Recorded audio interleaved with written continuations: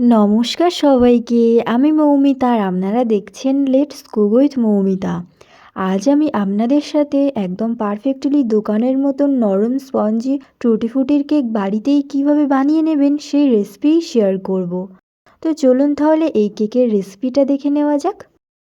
কেকটা বানানোর জন্য প্রথমে নিয়ে নিয়েছি 1 বাটি পরিমাণে কমলালেবুর রস। এখানে আমি একটা মিডিয়াম সাইজের কমলালেবু নিয়েছিলাম। এর মধ্যে এবার দিয়ে দেব 1 চামচ কাজু ও 1 চামচ চেরি কুচি আর দিয়ে দেব 1.5 চামচের মতো টুটি ফ্রুটি।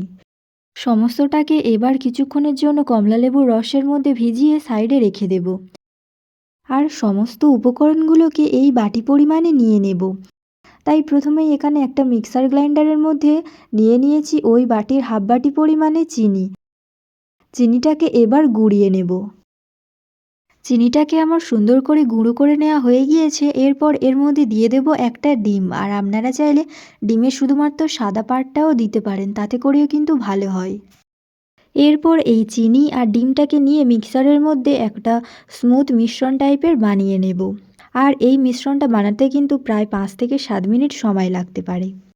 ডিম আর চিনির মিশ্রণটা আমার বানিয়ে নেওয়া হয়ে গিয়েছে। দেখুন এই এমন ক্রিমি টাইপের করে মিশ্রণটাকে বানিয়ে নিতে হবে। এরপর এটাকে সাইডে রেখে নিয়ে নেব একটা মিক্সিং বোল। আর এই বোলের মধ্যে যে মিশ্রণটা বানিয়ে নিলাম সেই মিশ্রণটাকে ঢেলে নেব।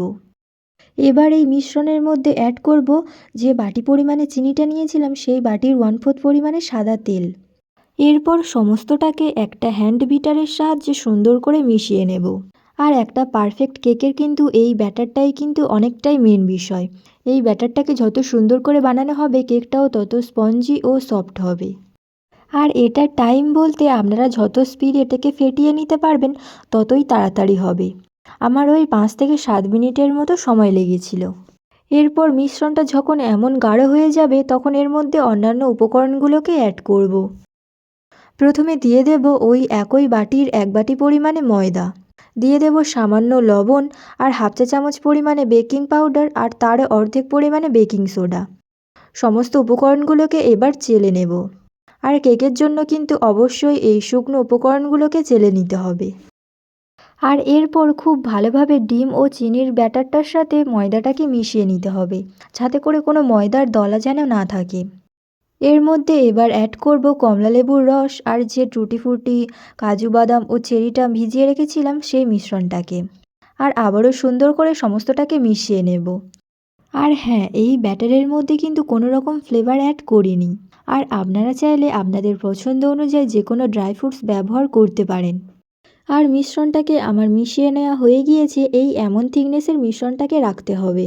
এরপর ফাইনালি কেকটা বেকিংয়ের জন্য নিয়ে নিয়েছি একটা অ্যালুমিনিয়ামের পাত্র। এরপর ওই পাত্রটার নিচে একটা কাগজ দিয়ে দিয়েছি আর কাগজের ওপরে কিছুটা সাদা তেল দিয়ে কাগজটার গায়ে ভালোভাবে তেলটাকে মাখিয়ে নেব। আর আপনারা বাটার পেপার কিংবা নর্মাল কাগজ যে কোনো একটা ব্যবহার করতেই পারেন। এরপর ওই মিশ্রণটাকে এই পাত্রের মধ্যে ঢেলে নেব। এরপর পাত্রটাকে একটু ঝাঁকিয়ে নেব, যাতে করে যদি ভিতরে কোনো বায়ু থাকে সেটা বেরিয়ে আসবে। আর এমন একটা কাঠি নিয়ে নিয়েছি, কাঠির সাহায্যে মিশ্রণের ওপরে একটু ঘুরিয়ে নেব, যাতে করে বায়ুর কারণে যদি ভিতরে কোনো গ্যাপ হয়ে থাকে এই কাঠি ঘোরানোর ফলে গ্যাপটা পূরণ হয়ে যাবে। আর এরপর কেকটাকে সাজানোর জন্য ওপর থেকে দিয়ে দেব কাজু বাদাম, কিশমিশ, চেরি কুচি আর টুটি ফ্রুটি। তবে এই টাইমে দিলে কিন্তু এগুলো অনেকটাই ব্যাটারের মধ্যে ডুবে যায়। আপনারা চাইলে কেকটা অর্ধেক বেক হওয়ার পরেও কিন্তু সাজিয়ে দিতে পারেন। ব্যাস, কেকটা কিন্তু পুরোপুরি বেকিংয়ের জন্য রেডি। আর ওদিকে একটা পাত্রের মধ্যে লবণ দিয়ে প্রিহিট হতে বসিয়ে দিয়েছিলাম 5 মিনিটের জন্য। 5 মিনিট পর এর মধ্যে এবার দিয়ে দেব একটা স্ট্যান্ড আর স্ট্যান্ডের ওপরে কেকের পাত্রটাকে বসিয়ে দেব। আর একটা পারফেক্ট কেক বেকিংয়ের জন্য প্রথম 5 মিনিট গ্যাসের ফ্লেমটাকে মিডিয়াম ফ্লেমে রাখতে হবে আর পরবর্তী আরও 40 থেকে 45 মিনিট গ্যাসের ফ্লেমটাকে একদম লোতে রাখতে হবে। মোটামুটি ওই 45 থেকে 50 মিনিট পর দেখুন কেকটা কত সুন্দরভাবে ফুলে গিয়েছে। আর কেকের ওপরের অংশটা কিন্তু একটু এই ঢাকনার মধ্যে লেগে গিয়েছিল। এবার আপনাদেরকে দেখিয়ে দিই কেকটা ভিতর থেকেও কিন্তু পুরোপুরি পারফেক্টলি কুক হয়ে গিয়েছে। দেখুন টুথপিকের গায়ে কিন্তু একদমই ব্যাটার লেগে নেই, তার মানে বুঝতে হবে যে কেকটা ভিতর থেকেও পুরোপুরি কুক হয়ে গিয়েছে। আর কেকটাকে গরম অবস্থাতেই কিন্তু চাপা দিয়ে রেখে দিতে হবে, তাতে করে কেকের ওপরে একটা সুন্দর কালার চলে আসবে। আর কেকটাকে কিন্তু একদম গরম অবস্থাতেই কাটলে চলবে না, অবশ্যই এটাকে ঠান্ডা করেই কাটতে হবে। কেকটা আমার ঠান্ডা করে নেওয়া হয়ে গিয়েছে। দেখুন এর ওপরে কত সুন্দর একটা কালার চলে এসেছে। এটাকে এবার কেটে আপনাদেরকে দেখিয়ে দিই। প্রথমে কিন্তু এই ধারগুলোকে একবার কেটে নিতে হবে, তাতে করে কেকটা ডিমোল্ড করতে অনেকটাই সুবিধা হয়। এরপর একটা প্লেটের ওপর এটাকে উল্টে দিয়ে দেব আর ওপর থেকে এই পাত্রটাকে তুলে নেব। দেখুন কত সুন্দরভাবে এটা ডিমোল্ড হয়ে গেল। এরপর ওপরের কাগজটাকে তুলে নেব। আর আপনারা কিন্তু অবশ্যই কেকটাকে কখনো গরম অবস্থাতে কাটতে যাবেন না, তাহলে কিন্তু কেকটা ভেঙে যেতে পারে। আর অনেক ক্ষেত্রে ডিমোল্ড করতেও কিন্তু অনেক অসুবিধা হয়, ঠান্ডা করে নিলে কিন্তু কেকটা সহজেই ডিমোল্ড হয়ে যায়। আর আপনারা কিন্তু এই রেসিপিটা অবশ্যই বাড়িতে ট্রাই করে দেখতে পারেন, আশা করি আপনাদেরটাও পুরো পারফেক্টই হবে। তো এই কেকের রেসিপিটা আপনাদের কাছে কেমন লাগলো সেটা আমাকে অবশ্যই জানাবেন। আর এমন আরও রেসিপি পাওয়ার জন্য লাইক, শেয়ার, সাবস্ক্রাইব করে দিতে একদমই ভুলবেন না।